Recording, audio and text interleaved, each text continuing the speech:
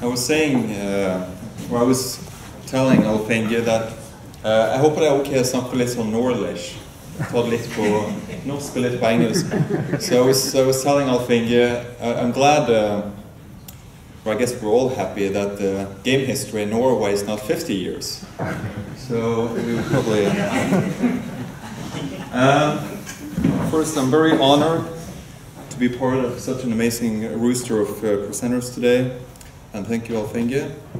And when I was asked to present here today, he deliberately asked if I could have something with emotion. So, which is quite difficult. So, but I hope you will bear with me, and I'm going to talk about mainstream disobedience, how and why indie developments bend the rules.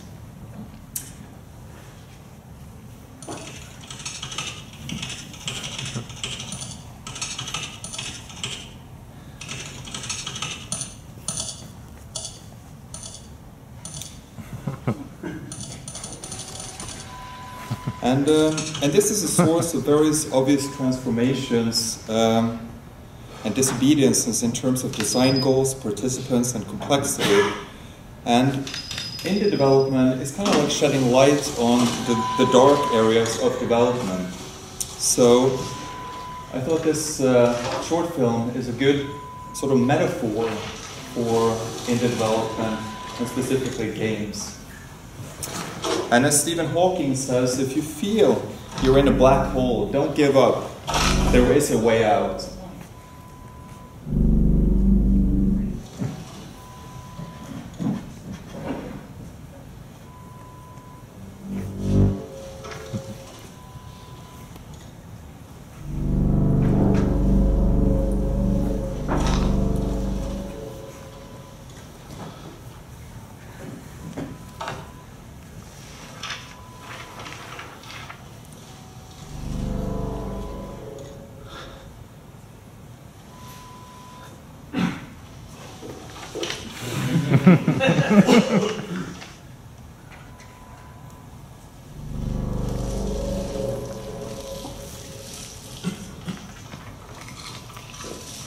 We all get tempted, don't we?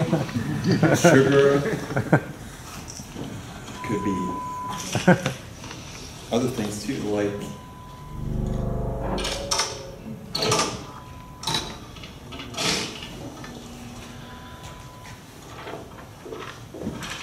money.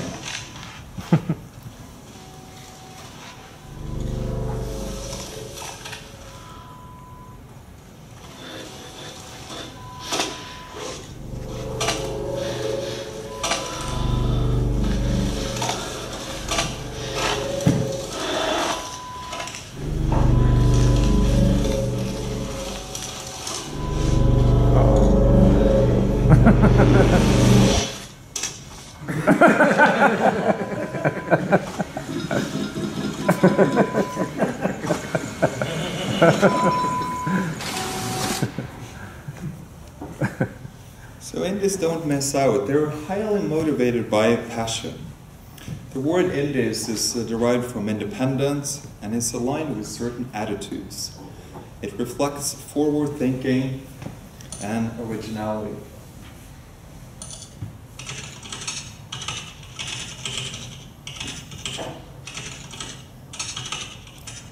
In other words, indies don't really fit in, do they?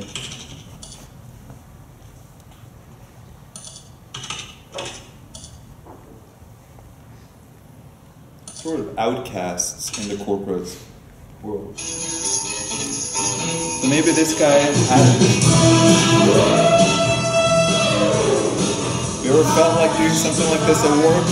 I know we at Vesterålen, we have our pranks from time to time, so...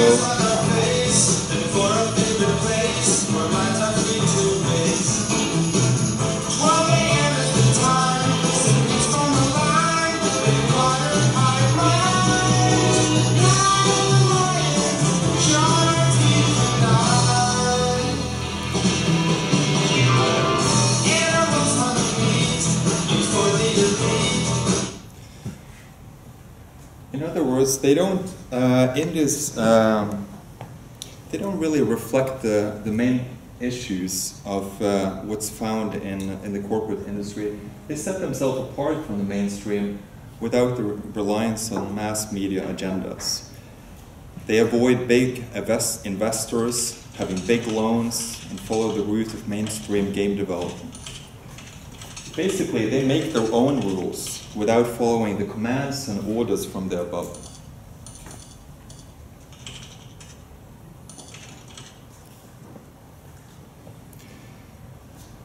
Holy guac, everybody! All right, the humble origin. And here we see an example of what's blurring the whole industry. Because as an indie, we have big corporations like Electronic Arts, and they create indie bundles. And that is to mainly make materialistic gain. And this is something that, as I said, blur the lines between indie development and publishing, distributing the products, and the big corporate world. But as we hear, he's overly excited about this bundle.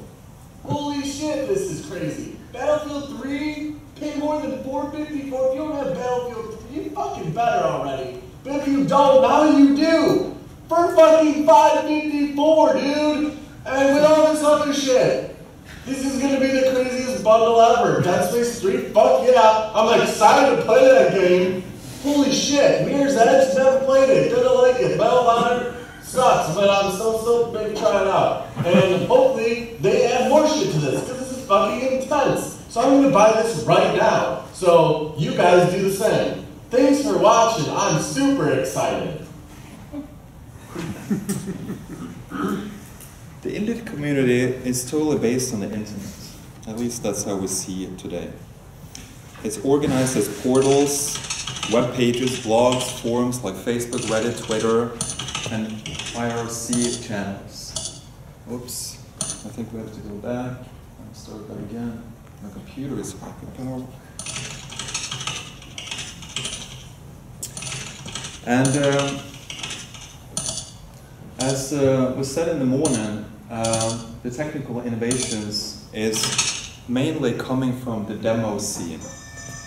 And open source communities. And it's also from hacker communities. And this is a big event that was part of my upbringing, Assembly, which happens in Finland. And it's basically a place like the Gathering used to be, where you have novel technical innovations in graphics programming, and where you push the boundaries also in graphics and music.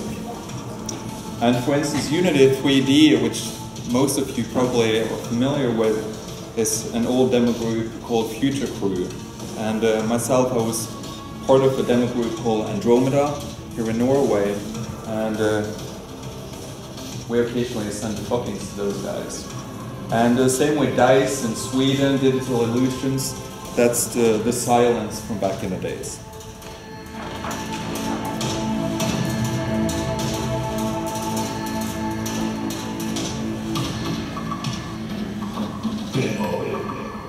And what we did was basically to make demos to push the boundaries of the technical limitations in the computer.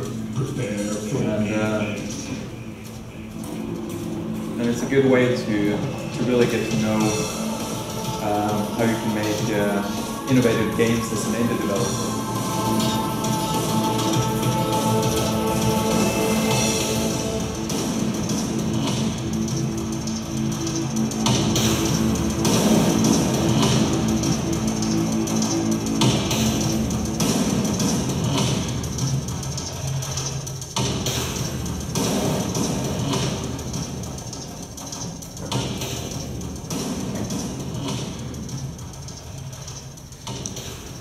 Now we're moving over to something which is really a key to the indie community, that's at least how in my mind, and it's to keep close ties with the local community and develop a solid fan base for their business.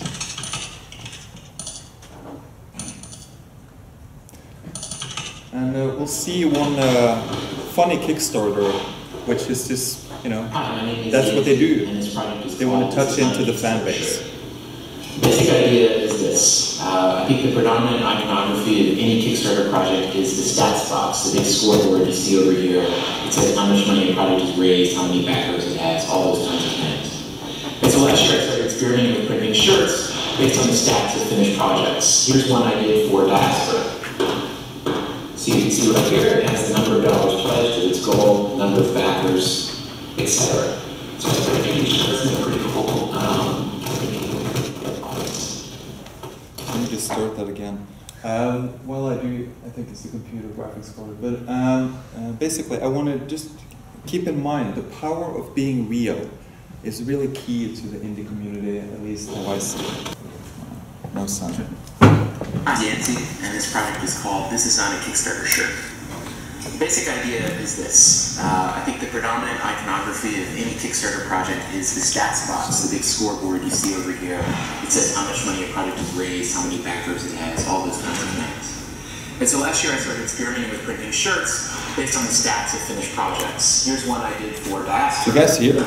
Yeah. So you can see right here, it has the number of dollars pledged, its goal, number of backers, etc.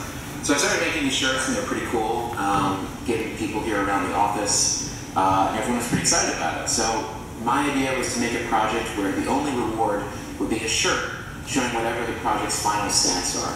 So if this project ends up with 600 backers, it will say 600 backers. If it's 6,000, it will say 6,000, etc.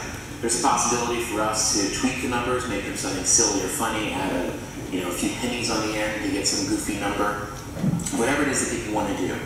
But that's it. The idea is pretty simple. So why do this? Well, A, obviously it's very geeky, but B, I think it's pretty cool. Every shirt will be the same. There will be however many people out there in the world all wearing the exact same shirt because they're part of this thing. And I think that's pretty neat. Originally, I wanted to make a video where I'd show two people wearing the shirts at a bar. They see each other, lock eyes, and start to make out. And personally, I think this is key. What he's saying now is that he wanted to make something more, but what he's doing, he's just promoting himself as a person behind the concept. And this is highly underestimated in the if you fall into the category of being an indie developer. It's a dark sort of heather. And I'll get back to that point later. It fits a little small, so you probably want to get a size up from what you normally get, or just know that the medium is a tight medium, the large is pretty tight, large, etc. But yeah, be a part of this. It should be cool. Thanks.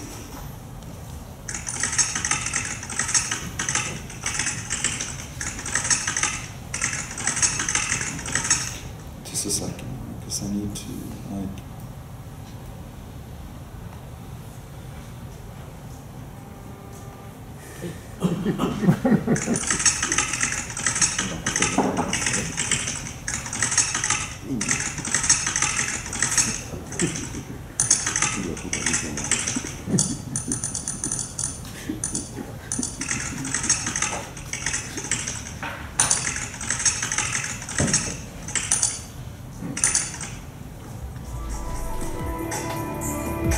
basically, each year we have something called a Game Developer Conference that happens in March in San Francisco.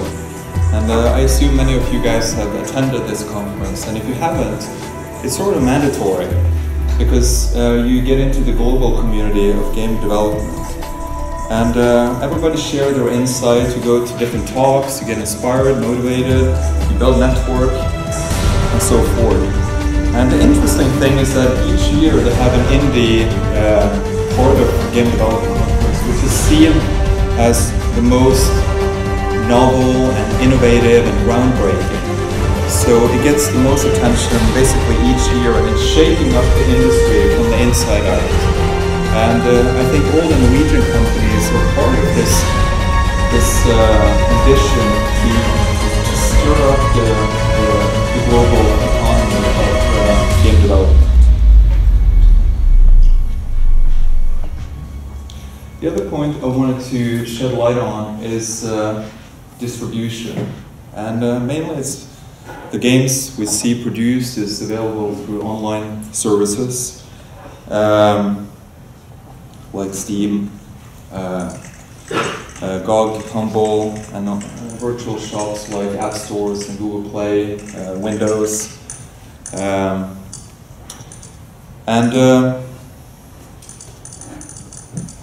Basically, the AAA titles, they have a more rigid way of distributing games. And here is a good example of an indie game which is kind of pushing the boundaries without being constrained by all the corporate money and risk taking. You know, this is a wonderful game called Monument.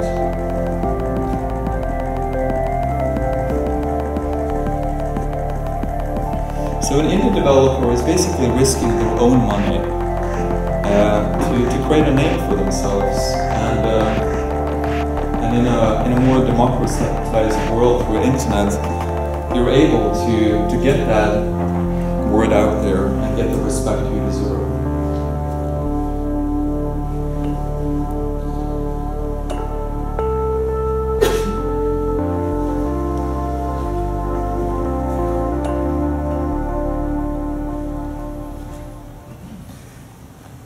Another disobedience we see, 5 minutes, that's fine. Another disobedience is the tools. Most games are, most big games, AAA titles, are using C++, and but more experimental games is opening up the room for other programming languages. So yeah, we have XNA, Lua, we have Java. Back in the days we used ActionScript and so forth. And it's really helping to make it accessible to more people. And you don't have to learn only one programming language. I guess we all kind of remember those moments where we're struggling with development, whether it's a demo or just a tool script or a full end-to-end implementation.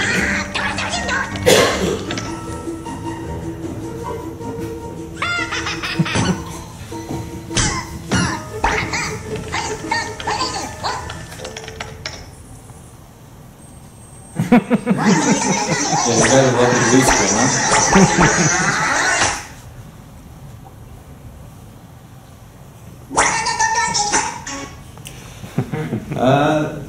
So besides being real, be a person behind the product, which taps into your fan base. Knowledge sharing is key to the indie community, and we saw that this year at the Spillkonvente, where the press was invited, and it became a small moment where there was some secrets being shared, and the press kind of tweeted them, and it became. I think the press was given a yellow card. So if you do it again, you get a red card. But knowledge sharing is very, very important, and it reflects the values and ethics of open source development. And we also take these things from the hacker ethics, and we value stuff like openness, just transparency. And here we see an example of someone who's hacking a corporate system and doing problem solving and turning it into wonderful art. That's it. Okay, we can go. So the point made is that we don't, our driving force is not money or stability, flexibility, or accountability. It is the urge to create something groundbreaking and push the boundaries.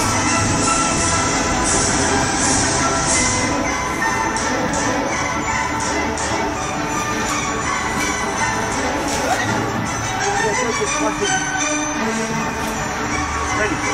Yes, let's go. Yes, great. Okay, let's go. Yeah, you did it. Let's go. That's good. Come on. Yeah. Yes.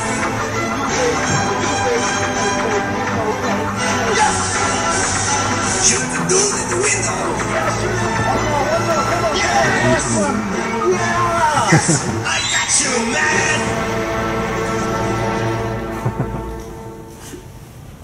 We'll do less talking so we can get through this.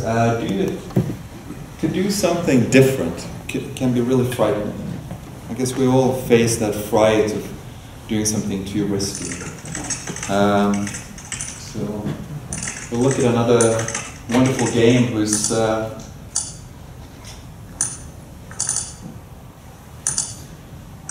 basically taking a leap.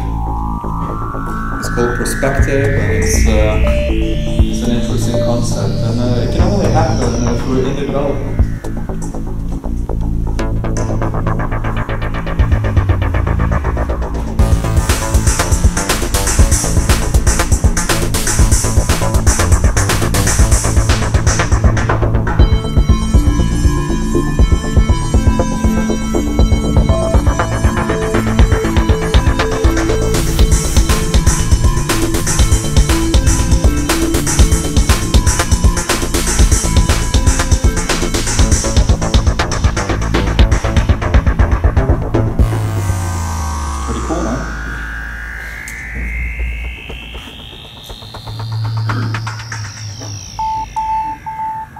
Anyone played it? Or? No? One of the major differences between AAA games and indie development is intellectual property and the greater freedom that it involves. AAA studios are often designed to fit into mainstream consumer needs. The guy, I thought it was a good representation of someone who's just too damn corporate. He's too well trained, he's like a robot. And basically getting all the gains from the experience. But it doesn't mean that that's something everybody should do. And in AAA, we know the concept is to keep selling the product, and that's why we see new sequels being pushed out so they can tap into a built-in audience. And of course, the guy in the middle and the guy on the right is admiring this guy on the left. And the funny thing is that he's so nonchalant at the end, so like he doesn't really even care. So I wonder if that represents what happens when they go corporate. I don't know, it's just something. Here was another thing which we see over and over again as a program director at Westerdal. It's no great secret, the project management.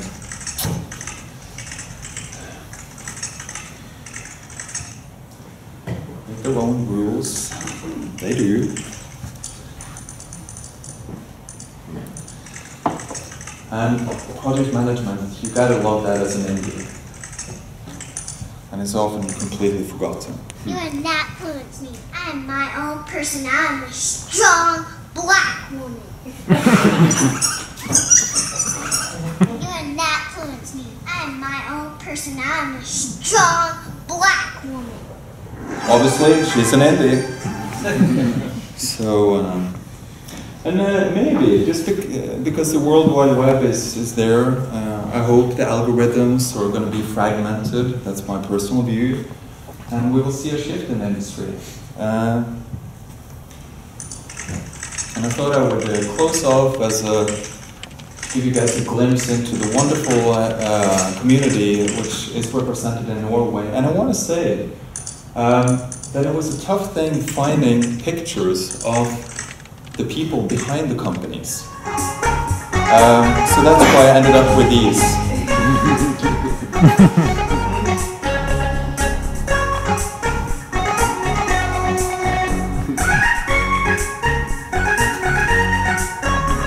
So by being real, it means that you as a person shows your face and basically become the forefront of development.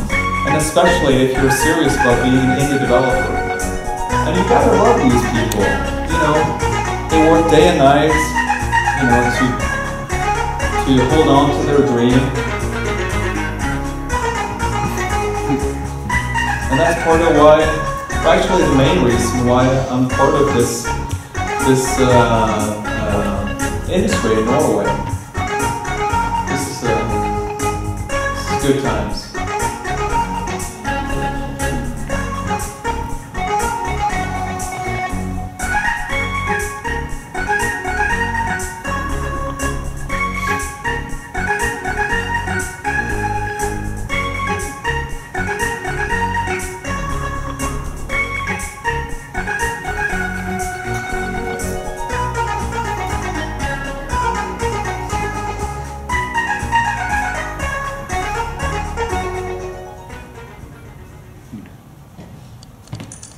That was me. Thank you so much for your time and have a good lunch, guys.